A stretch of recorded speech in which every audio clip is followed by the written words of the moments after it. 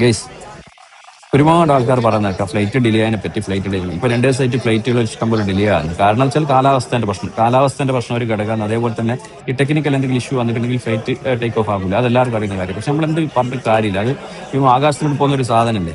ഇത് റോഡിലൂടെ പോകുന്ന സാധനമാണെങ്കിൽ നമുക്ക് പരിപാടി നിർത്തിയിട്ട് സൈഡാക്കിയിട്ട് നന്നാക്കാം എന്നുള്ള രീതിയിൽ. ഇത് ആകാശത്തിലൂടെ പോകുന്ന സാധനത്തിന് എന്തെങ്കിലും ടെക്നിക്കൽ ഇഷ്യൂ ഉണ്ടെങ്കിൽ പോകാൻ പറ്റില്ല എന്നുള്ള എല്ലാവർക്കും അറിയാം. അപ്പോൾ അതിന് നമ്മളിങ്ങനെ അവരെ കുറ്റപ്പെടുത്തിയിട്ട് ആരും കുറ്റപ്പെടുത്തിയിട്ട് കാര്യമില്ല. ഏതൊരു കമ്പനിയും കുറ്റപ്പെടുത്തിയിട്ട് കാര്യമില്ല. അത് സ്വാഭാവികമായിട്ട് നടക്കുന്ന ഒരു കാര്യമാണ്. ഇപ്പൊ കാലാവസ്ഥ കാരണം കൊണ്ട് ഒരുപാട് ഫ്ലൈറ്റ് ഇന്നലെ ഇന്ന് വെക്കാൻ ഡിലേ ആകുന്നുണ്ട് അല്ലെ.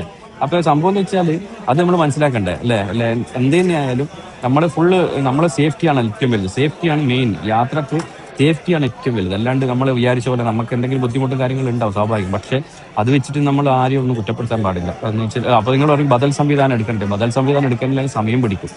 പ്രത്യേകിച്ച് പുറത്ത് രാജ്യത്തേക്ക് വന്ന ഫ്ലൈറ്റിന് വേറൊരു ബദൽ സംവിധാനം ഉണ്ടാക്കാന്ന് വെച്ചാൽ വലിയൊരു ടാസ്ക് അല്ലേ. അപ്പൊ അതെല്ലാം നമ്മൾ മനസ്സിലാക്കിയിട്ട് വേണ്ട ഇങ്ങനെ പ്രതികരിക്കാൻ.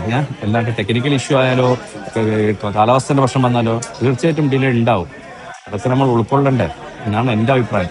ഒരുപാട് ആൾക്കാർ പറയുന്നതായിട്ട് ഒരു 2 ദിവസം മുമ്പുള്ള വീഡിയോസിനെ 2 മാസം മുമ്പുള്ള ഒരു ഫ്ലൈറ്റ് ഡിലേനെ പറ്റി അല്ലെങ്കിൽ ഒരു പൊതുവെ എന്തെങ്കിലും കാരണവശാൽ ഡിലേ ആയിട്ടുണ്ടെങ്കിൽ പറയുന്ന വാക്കുകളാണത്. അത് നമ്മൾ മനസ്സിലാക്കണം എന്നുള്ള ഒരു ചിന്താഗതി കൊണ്ട് പറഞ്ഞതാണ് കേട്ടോ. ഓക്കെ.